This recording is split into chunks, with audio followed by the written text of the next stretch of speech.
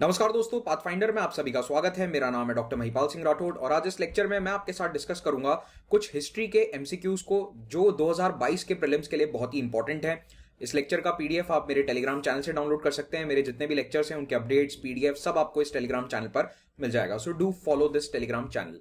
इस वक्त अनअकैडमी के सभी सब्सक्रिप्शन पर 20% डिस्काउंट अभी ऑनगोइंग है, तो इस डिस्काउंट का आप फायदा उठाइए। 20% ऑफ यूजुअली नहीं होता है, तो अभी आप महिपाल कोड का इस्तेमाल करेंगे तो आपको 20% डिस्काउंट मिलेगा। लिंक नीचे डिस्क्रिप्शन में आपको मिल जाएगा। Question number 1, with reference to the town planning of Indus valley civilization which of the following statement is are correct? First, the Harappans used burnt mud bricks of standardised dimension. At Lothal, the houses were built of mud bricks while drains were made of burnt bricks. Dholavira and Mohenjo-daro towns were divided into two parts. तो यहां पर statement number 1 बिल्कुल सही है। Burnt mud BRICS हैं, standard dimensions हैं, Indus valley का typical feature है। सेकंड, लोथल में मड ब्रिक्स के घर बने थे और ड्रेन्स बर्न्ट ब्रिक की हैं, ये भी स्टेटमेंट सही है। तीसरा स्टेटमेंट गलत है। धोलावीरा और मोहनजोदाड़ो दो हिस्सों में डिवाइडेड नहीं है। ये दो हिस्सों में डिवाइड होने का जो टिपिकल फीचर है ये हमें केवल धोलावीरा में देखने को मिलता है, तो इसका मोहनजोदाड़ो से कोई लेना देना नहीं है। ये केवल धोलावीरा का एक टिपिकल फीचर है। आंसर होगा 1 and 2 only. So answer will B 1 and 2। तो देखिए, हड़प्पा मोहनजोदाड़ो के अंदर अर्बन प्लानिंग बहुत ही जबरदस्त है। रेक्टेंगुलर ग्रिड पैटर्न देखने को मिलता है, सड़कें एक दूसरे को राइट एंगल पर इंटरसेक्ट करती हैं। There are baked clays of standardised dimension that are used, और जितने भी हड़प्पन सिटीज हैं उनमें ड्रेनेज बहुत अच्छे से प्लान करी गई है ताकि वाटर बिल्कुल सही तरीके से पानी फ्लो करके जा सके। और ये सभी घर ड्रेन से अच्छे से कनेक्टेड हैं, एक से आगे एक बड़ा ड्रेन आप देखने को आपको मिल जाएगा। उसके अलावा जितने भी ये ड्रेनेज सिस्टम्स हैं ये केवल बड़े नहीं बल्कि छोटे सेटलमेंट्स में भी देखने को मिलते हैं। So not just large urban settlements but also smaller urban settlements, वहां पर भी हमें ड्रेनेज सिस्टम देखने को मिलेगा। लेकिन लोथल में जो घर हैं वो मड ब्रिक्स के बने हैं और ड्रेन्स बेक्ड ब्रिक का बना है, तो ये एक बहुत बड़ा एक डिस्टिंग्विशिंग फीचर है लोथल का। जहां तक शहर के दो हिस्सों में डिवाइड होने की बात है तो ये आप देख सकते हैं धोलावीरा में। तो धोलावीरा जो रन ऑफ कच्छ में स्थित साइट है इंडस वैली की, यहां पर शहर दो हिस्सों में डिवाइडेड है। बड़ी बड़ी पत्थर की दीवारें हैं दोनों पार्ट्स के अराउंड और इनके एंट्री गेट भी बने हुए हैं। ज्यादातर हड़प्पन सेटलमेंट्स में अपर वेस्टर्न पार्ट और लार्जर लोअर ईस्टर्न पार्ट होता है। वेस्टर्न पार्ट छोटा और ईस्टर्न पार्ट बड़ा है, लेकिन कई जगह वेरिएशंस भी हैं, जैसे कि धोलावीरा और लोथल में पूरा रेजिडेंस फोर्टिफाइड है और शहर को अलग अलग एरियाज में सेपरेट किया गया है दीवारों के द्वारा। अब आते हैं क्वेश्चन नंबर 2 पर। Consider the following statements about the great bath. It represents the secular nature of Indus valley civilization. It was excavated in the lower town of Mohenjodaro. There were steps leading down to it from two sides while there were rooms on all the sides. इनमें से कौन सा statement सही है आपको बताना है। तो यहां पर फर्स्ट और सेकंड स्टेटमेंट गलत होंगे, केवल तीसरा वाला स्टेटमेंट सही है। कैसे, आइए हम देखते हैं। तो देखिए, पहले स्टेटमेंट में ये बताया गया है कि सेक्युलर नेचर को ये बताता था, तो सेक्युलर नेचर को नहीं बताता है क्योंकि यहां पर एक रिचुअल होता था जिसमें बात की, ग्रेट बात की इंपॉर्टेंस है। तो ये बताता है कि यहां पर धर्म से संबंधित किसी प्रकार का एक रिचुअल हो रहा है। So it's a special ritual बात और ये सेक्युलर नेचर को नहीं बताता है। जैसे कई हिस्टोरियन से कहते हैं कि एक नॉर्मल रेगुलर बात था, बट यहां पर जो स्ट्रक्चर्स हमें मिले हैं वो बताते हैं कि किसी पर्टिकुलर रिचुअल को, किसी पर्टिकुलर रीति को फॉलो करने के लिए ये ग्रेट बात बनाया गया था। सेकंड, ग्रेट बाथ सिटाडेल में मिला है, अपर सिटी में, लोअर वाले पार्ट में नहीं मिला है। तो यहां पर सेकंड स्टेटमेंट में क्या लिखा हुआ था, लोअर टाउन, तो लोअर टाउन नहीं है, it is found in the Citadel part of the city. और ग्रेट बाथ के चारों तरफ रूम बने हुए हैं और एक बाथरूम का सीक्वेंस भी हमें देखने को मिलता है जहां पर 8 चेंजिंग रूम या बाथरूम इस ग्रेट बाथ के आसपास हमें दिखते हैं। क्वेश्चन नंबर 3 जैनिज्म से संबंधित है। With reference to the doctrine of Jainism consider the following statements. Jainism taught an 8-fold path for the elimination of human misery, of which the 8th doctrine was to observe continence. It was added by Mahavir. Second statement, Parshvanath had asked his followers to discard their clothing and live an austere life, while Mahavir had asked his followers to live a balanced life without giving any significance to materialistic possession. तो यहां पर ये दोनों ही statement गलत होंगे। 8-fold path of course Jainism नहीं Buddhism में होता है, और पार्श्वनाथ और महावीर के स्टेटमेंट्स को यहां पर उल्टा कर दिया गया है, इंटरचेंज कर दिया गया है। So answer will be which is not correct. So both 1 and 2 are not correct. ध्यान रखिएगा, यहां पर नॉट करेक्ट पूछा है तो answer will be C, both are not correct. तो देखिए, जैनिज्म में 5 प्रिंसिपल्स या 5 डॉक्ट्राइंस हैं, 8-fold path बुद्धिज्म में होता है, और यहां पर वायलेंस, झूठ बोलने के खिलाफ, चोरी करने के खिलाफ, होर्डिंग के खिलाफ और कॉन्टिनेंस या ब्रह्मचारी के बारे में बात करी गई है इन 5 डॉक्ट्राइन में, जिनमें से पांचवा जो है ये जोड़ा गया था महावीर के द्वारा। उसके पुराने वाले जो चार हैं वो पुराने जो प्रीवियस तीर्थंकर हैं उनके द्वारा जोड़ दिए गए थे। और पार्श्वनाथ ने अपने शिष्यों को कहा था कि आप शरीर को कवर कीजिए, और महावीर ने कहा था कि क्लोथिंग को डिस्कार्ड कर दिया जाए और ऑस्टियर लाइफ, यानी कि जिसमें ज्यादा मटीरियलिस्टिक, जिसमें आप सामान इकट्ठा नहीं कर रहे हैं, पैसा धन संपत्ति इकट्ठा नहीं कर रहे हैं, इस तरह की लाइफ जीनी है। इसके कारण अल्टीमेटली जैनिज्म में एक स्प्लिट भी होता है, श्वेतांबर और दिगंबर। तो ये दो स्प्लिट यहां पर आप देख सकते हैं। Question number 4, with reference to the Mauryan age, the term Tirth refers to subordinate officers responsible for revenue, public relation officer, highest category of official in administration, and officer for controlling religious places. इसका answer होगा C, highest category of official in the administration. तो देखिए Mauryan administration बहुत ही अच्छे से विभाजित था, उसमें बहुत सारे ऑफिसर्स के नाम हमें देखने को मिलते हैं। हाईएस्ट कैटेगरी ऑफिसर्स, मंत्रियों के बाद में जो हाईएस्ट ऑफिसर्स हैं वो है तीर्थ, और उसके बाद होते थे अध्यक्ष। तो 18 तीर्थ होते थे, ये भी आप ऐड कर लीजिए, याद रखिए 18 तीर्थ थे और 20 अध्यक्ष हुआ करते थे मौर्यन एडमिनिस्ट्रेशन में। और कई सारे अन्य नाम भी आपको याद रखने पड़ेंगे, आमत्य, युक्त, पुलिसंज और पदुथ अध्यक्ष, ये सारे नाम मौर्यन एडमिनिस्ट्रेशन के बहुत ही इंपॉर्टेंट हैं।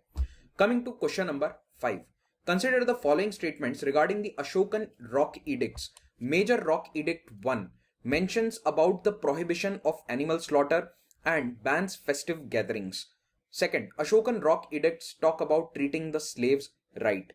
तो यहां पर आपको बताना है कि इनमें से कौन सा स्टेटमेंट करेक्ट है। ये दोनों ही स्टेटमेंट बिल्कुल सही है, आंसर होगा सी, बोथ 1 and 2। तो देखिए अशोक के जितने भी रॉक एडिक्ट्स हैं उनमें से कुछ आपको पता होने चाहिए। अशोक ने बहुत सारे रॉक एडिक्ट्स बनवाए थे after he converted to Buddhism after the Kalinga war. तो यहां पर जो पिलर्स बनाए गए हैं वो पूरे भारत, पाकिस्तान, बांग्लादेश, अफगानिस्तान वाले एरिया में आपको फैले हुए नजर आएंगे। 14 मेजर एडिक्ट्स जो हैं उनमें से जो रॉक एडिक्ट 1 है वो जानवरों के स्लॉटर को रोकने के बारे में बात करता है और बड़ी बड़ी सेरेमनीज नहीं करनी है। It prohibits the holding of ceremonies and animal slaughter. Second rock edict जानवर और इंसान सभी को अच्छे से केयर करने के बारे में बात करता है, और इसमें पांड्य, सत्यपुत्र, केरलापुत्र नामक दक्षिणी भारत की जो डायनेस्टीज हैं उनका जिक्र भी किया गया है। रॉक एडिक्ट 5th बात करता है धम्म महामंत्र के बारे में, और यहां पर स्लेव्स को अच्छे से ट्रीट करना है इसके बारे में बात करी गई है। तो इसीलिए दोनों ही स्टेटमेंट यहां पर करेक्ट है। It talks about treating the slaves right, कौन सा वाला, 5th, और मेजर रॉक एडिक्ट 1 के अंदर एनिमल स्लॉटर बैन करने के बारे में बात करी गई है। Question number 6, under the raiyati system of indigo cultivation in Bengal, the raiyats who signed the contract did not get cash advance from the planters, got cash advance but at very high rates of interest, did not receive seed and the drill from planters, got cash advance from the planters at low rate of interest. यहां पर हमारा answer होगा D, कि जो भी रैयती system में Indigo cultivators थे उन्हें कैश एडवांस मिलता था प्लांटर्स की तरफ से, लेकिन काफी लो इंटरेस्ट रेट पर। अब इस पूरे सिस्टम में लेकिन कई तरह की प्रॉब्लम भी थी, क्योंकि कई बार ये कॉन्ट्रैक्ट साइन करना जबरदस्ती साइन करवाया जाता था, मजबूरी थी इसको साइन करना।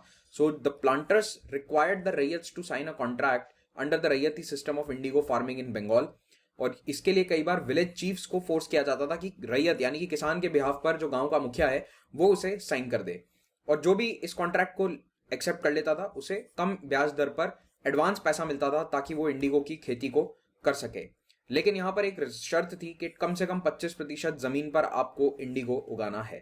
तो कल्टीवेटर्स जो हैं उनको सारी मेहनत का काम करना होता था, और प्लांटर यहां पर उसे बीज प्रोवाइड करता था इंडिगो का, और ड्रिलिंग इक्विपमेंट भी। तो ये सारा जो प्रोसेस है इंडिगो कल्टीवेशन का, इसमें किसानों को बहुत समस्याएं थी, और कई बार इंडिगो के प्लांटेशंस के खिलाफ बगावत भी होती है, अपराइजिंग्स भी होती है। Coming to question number 7, what were the benefits to the East India Company of the charter acquired from Queen Elizabeth I in 1600? No other trading group in England could compete with the East India Company. It could prevent other European powers from entering the Eastern market. कौन सा statement इनमें से सही है? तो देखिए of course England की रानी केवल इंग्लैंड के लोगों को कंट्रोल कर सकती है, दूसरे यूरोपियन पावर्स को तो कंट्रोल कर नहीं पाएंगे। तो सेकंड वाला स्टेटमेंट गलत है, पहला बिल्कुल सही है कि जो ईस्ट इंडिया कंपनी से जुड़ा हुआ है भारत में केवल वही ट्रेड कर पाएगा। तो यहां पर स्टेटमेंट नंबर 1 करेक्ट होगा। ये चार्टर ईस्ट इंडिया कंपनी के इतिहास में बहुत ही इंपॉर्टेंट है। इसको हासिल करने के बाद से ईस्ट इंडिया कंपनी ने अपने देश में किसी और से कोई कंपटीशन फेस नहीं किया, और एक ज्योग्राफिकल एरिया इन्होंने मार्क कर लिया था कि केप ऑफ गुड होप के दूसरी तरफ जितना भी एरिया है वहां से केवल ईस्ट इंडिया कंपनी ही व्यापार करेगी और वहां से सस्ते दामों पर माल लाकर ये यूरोप में ऊंचे दामों पे इसे बेच देते थे और कोई भी अन्य ट्रेडिंग कंपनी ने कई सालों तक, सदियों तक इनफैक्ट चैलेंज नहीं कर पाती है। Mercantile trading companies excluded competition so that they could have a monopoly over price. इससे ईस्ट इंडिया कंपनी की मोनोपोली बन जाती है और जो प्राइस वो चाहे मार्केट में रेगुलेट कर सकती है। End of course second statement तो गलत है, क्योंकि पोर्चुगीज पहले ही भारत में आ चुके थे, तो उन्हें कहां से आप बाहर निकालोगे। तो दूसरे यूरोपियन पावर्स को रोकने का कोई पावर इनके पास नहीं था। Question number 8, Indian National Congress launch the non cooperation movement on which of the following issues? Khilafat, removal of Punjab wrongs, establishment of Swaraj. बहुत ही सिंपल और स्ट्रेट फॉरवर्ड क्वेश्चन है, तीनों ही मुद्दे इनके थे, तो आंसर हो जाएगा 1, 2 एंड 3। खिलाफत का मुद्दा पंजाब में स्पेसिफिकली जलियांवाला बाग में हुए जो घटनाक्रम थे उसमें ब्रिटिश सरकार के द्वारा जो काम किए गए उनको रिवर्स करने के लिए या उनकी सजा देने के लिए ये भी डिमांड थी, और स्वराज का एस्टैब्लिशमेंट तो है ही, तो तीनों ही बिल्कुल सही है। कलकत्ता में स्पेशल सेशन हुआ था सितंबर 1920 में, इसके बारे में भी आप ध्यान रखिए। नॉन कॉपरेशन प्रोग्राम को कांग्रेस ने यहाँ पर अप्रूव किया और खिलाफत और पंजाब वाले जो इश्यूज हैं इनको भी यहाँ पर एजेंडा पर लिया गया। और नॉन कॉपरेशन के अंदर क्या हुआ था ये तो सब आपको पता ही होगा, तो नॉन कॉपरेशन का ये पूरा जो घटनाक्रम है इसको आप पढ़ भी सकते हैं, मेरे मॉडर्न हिस्ट्री के लेक्चर्स में मैंने इसको अच्छे से डिटेल में डिस्क्राइब भी किया है। Coming to question number 9, consider the following statements regarding the Kotwal Dasta, a revolutionary movement in Maharashtra. Statement number 1. Veer Bhai Kotwal during the partition of Bengal formed a group of underground mercenaries called Kotwal Dasta. The movement decided to cut down the electric pylons supplying electricity to Mumbai city and also paralyzing the industries and railways. यहाँ पर पहला statement गलत है, क्योंकि partition of Bengal के दौरान ये कोतवाल दस्ता नहीं बनाया गया था, क्विट इंडिया मूवमेंट के दौरान बनाया गया था। देखिए, पार्टीशन ऑफ बंगाल में जितने भी रेवोल्यूशनरीज या जितने भी आंदोलन हुए ये सभी बंगाल के एरिया में थे, महाराष्ट्र में कोई नहीं था। क्विट इंडिया मूवमेंट के दौरान देश के लगभग सभी हिस्सों में इस तरह के प्रोटेस्ट हुए थे, कई अंडरग्राउंड कई ओवरग्राउंड मूवमेंट्स थे। तो ये कोतवाल दस्ता क्विट इंडिया मूवमेंट में बनाया गया था और इन्होंने बिल्कुल मुंबई शहर की बिजली काटने के लिए सारे इलेक्ट्रिक पाइलॉन्स को काट डालने का एक प्लान करा था। तो ये स्टेटमेंट नंबर 2 यहां पर होगा सही, answer will be B only 2। तो वीर भाई कोतवाल का कोतवाल दस्ता था जिसमें 50 के आसपास लोग शामिल थे, फार्मर, स्कूल टीचर सभी इसमें शामिल थे, और इन्होंने इलेक्ट्रिसिटी के जो खंभे होते हैं उनको काट के या गिरा के नीचे मुंबई शहर की बिजली सप्लाई रोकने का इनका प्लान था। सितंबर 42 से नवंबर 42 के बीच में इन्होंने 11 पाइलॉन्स कर भी दिए थे नीचे, जिसके कारण इंडस्ट्री और रेलवे पर काफी असर आया था। Question number 10, consider the following statements with regard to the cabinet mission plan. It included 3 cabinet ministers from the UK. It devised a machinery for the making of the Indian Constitution. It rejected the demand of Pakistan. यहां पर कौन सा statement सही है? तो देखिए, 3 cabinet ministers बिल्कुल यहां पर शामिल थे। क्या इन्होंने इंडियन कॉन्स्टिट्यूशन बनाने के बारे में बात करी, एक मशीनरी डेवलप करी? यस, कैबिनेट मिशन के तुरंत बाद कॉन्स्टिट्यूशन बनाने का काम स्टार्ट हो गया था। Did it reject the demand of Pakistan? Yes, it rejected the demand of Pakistan. तो तीनों ही स्टेटमेंट यहां पर सही है, इसीलिए स्टेटमेंट आंसर होगा डी। तो देखिए, इसमें 3 मिनिस्टर कौन थे? स्टैफर्ड क्रिप्स, पैथिक लॉरेंस और एडमिरल अलेक्जेंडर। तीनों के नाम आपको पता होने चाहिए। कॉन्स्टिट्यूशन बनाने के लिए और इंटरिम गवर्नमेंट तैयार करने के लिए इन्होंने एक रास्ता दिया था, इसीलिए इंटरिम गवर्नमेंट भी तैयार हो गई थी और कॉन्स्टिट्यूशन का काम भी शुरू हो गया था 46 में। पाकिस्तान की डिमांड इन्होंने रिजेक्ट कर दी, जिसके कारण जिन्ना और मुस्लिम लीग कैबिनेट मिशन को एक्सेप्ट नहीं करते हैं और अल्टीमेटली 47 में एक और साल भारत की इंडिपेंडेंस आगे डिले हो जाती है। ये सभी सवाल मैंने अनअकैडमी के द्वारा रिसेंटली लॉन्च करी गई एमसीक्यू बुकलेट से लिए थे। इस तरह के हजारों सवाल आप प्रैक्टिस कर सकते हैं प्रैक्टिस बुकलेट्स के माध्यम से। तो देखिए, अभी हमने रिसेंटली 11,000 एमसीक्यूज को प्रिपेयर किया है और ये 11,000 एमसीक्यूज की बुकलेट्स आपके लिए अवेलेबल हैं, जिसमें सब्जेक्ट वाइज क्वेश्चंस को डिवाइड किया गया है। Modern history, ancient history, previous year questions, इस तरह से प्रैक्टिस बुकलेट के माध्यम से आप प्रैक्टिस कर सकते हैं। बहुत सारे एमसीक्यूज यहाँ प्रैक्टिस कर सकते हैं और ये बुकलेट्स अवेलेबल होंगी जो भी 1 ईयर प्लस सब्सक्रिप्शन लेता है। तो अगर आप 1 साल का सब्सक्रिप्शन लेते हैं, चाहे कॉम्बो सब्सक्रिप्शन है या फिर आइकॉनिक सब्सक्रिप्शंस हैं, उन सभी में ये अवेलेबल होगा। लेकिन ये केवल 30 तारीख तक आपको प्लस सब्सक्रिप्शन में अवेलेबल होगा, उसके बाद ये केवल आइकॉनिक सब्सक्रिप्शन में रहने वाला है। तो अभी इस कोर्स को आप इस बुकलेट को अवेल कर सकते हैं if you are availing the Unacademy subscription. तो यूपीएससी की तैयारी भी आप अनअकैडमी के साथ कर सकते हैं। ये सभी इंडिया के टॉप एजुकेटर्स यहाँ लाइव पढ़ाते हैं और अभी 20% डिस्काउंट भी चल रहा है। तो अगर आप महिपाल कोड का इस्तेमाल करोगे तो अभी आपको 10 नहीं 20% डिस्काउंट मिलेगा अनअकैडमी के सभी सब्सक्रिप्शन पर। तो यहाँ पर 1 ईयर का जो कोर्स है that will cost you 49,000 rupees, और इसके साथ आपको स्टैटिक के नोट्स और ये एमसीक्यू की बुकलेट्स भी मिल जाएंगी। और याद रखिए ये बुकलेट्स जो हैं, अगर आप वैसे प्रैक्टिस बुकलेट्स मार्केट में अवेल करने जाएंगे तो आपको लगभग 7-7,500 रुपए खर्च करने पड़ेंगे। तो at no additional cost you will get this booklet free with your Unacademy subscription right now. Iconic subscription के अपने अलग बेनिफिट्स हैं, आप ये देख सकते हैं। सीएससी एश्योर के तहत अगर आप 2 साल का सब्सक्रिप्शन लेते हैं और आपका सिलेक्शन नहीं होता तो 1 साल एक्सटेंड कर दिया जाएगा सब्सक्रिप्शन। सभी कोर्सेज ईएमआई पर अवेलेबल हैं। कोई भी डाउट है आपको तो इस नंबर पर फोन कीजिए और यहाँ पर आप इनसे पूछ सकते हैं कि कौन सा डिस्काउंट कोड, कौन सा ऑफर आपके लिए बेस्ट अवेलेबल है। हर हफ्ते नए बैचेस बनते हैं, इनके माध्यम से तैयारी कर सकते हैं। Pathfinder current affairs test series शनिवार को 5 बजे होती है, इसमें भी जरूर हिस्सा लीजिए। कॉम्बैट आ रहा है 1 मई को, जिसमें हिस्सा लेकर आप सब्सक्रिप्शन फ्री में अवेल कर सकते हैं, स्कॉलरशिप्स जीत सकते हैं। Last mile program is for interview candidates. Thank you very much, have a great day.